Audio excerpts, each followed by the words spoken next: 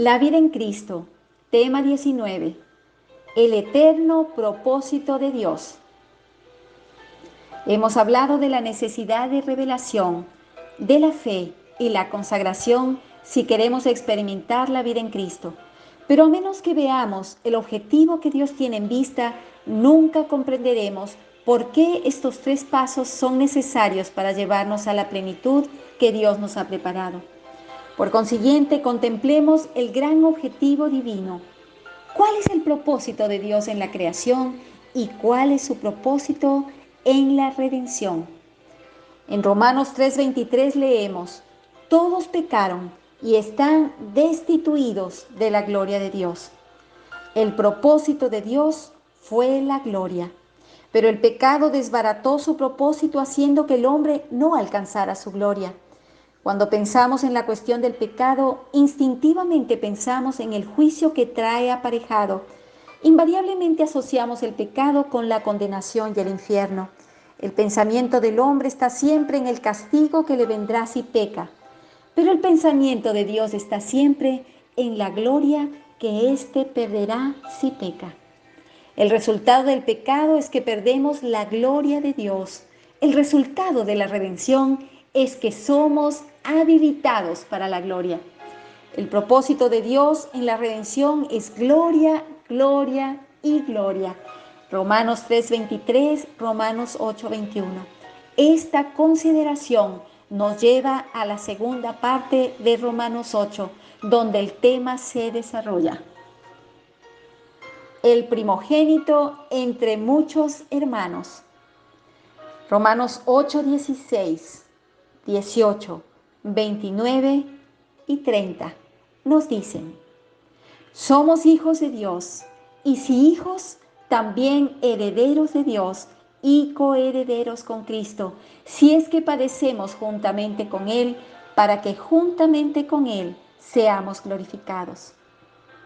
Pues tengo por cierto que las aflicciones del tiempo presente no son comparables con la gloria venidera que en nosotros ha de manifestarse.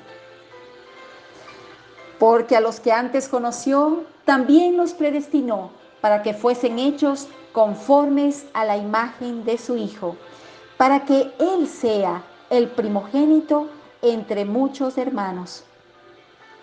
Y a los que predestinó, a estos también llamó. Y a los que llamó, a estos también justificó.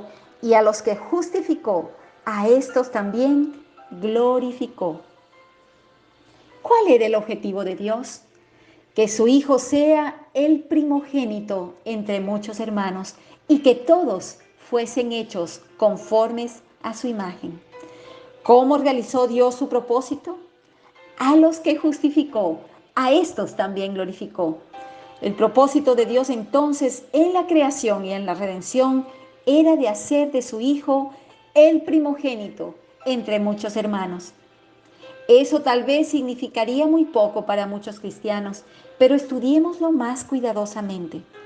En Juan 1:14 vemos que el Señor Jesús era el unigénito Hijo de Dios.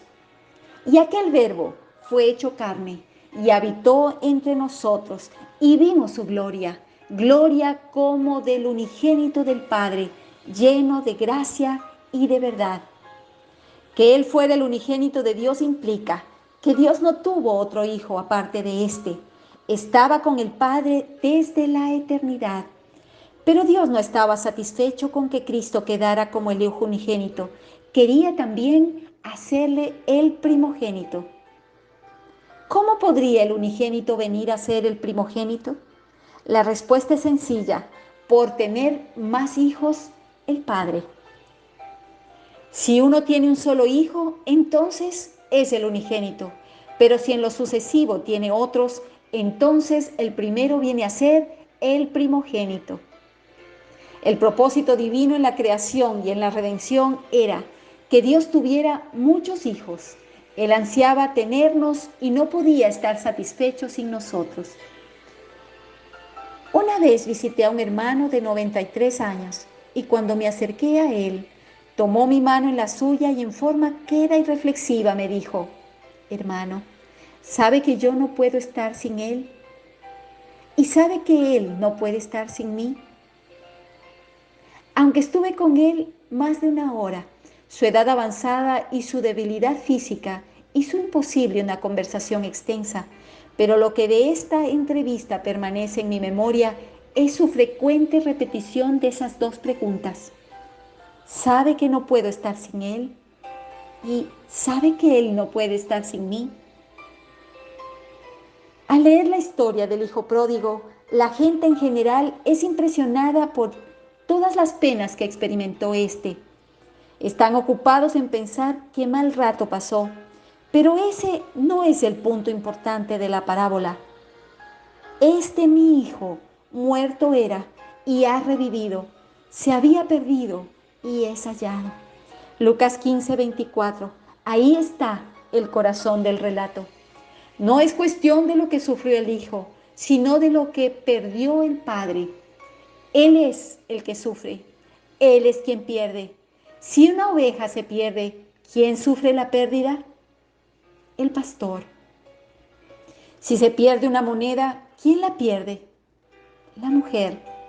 Si un hijo se pierde, ¿quién pierde? El padre. He aquí la enseñanza de Lucas 15.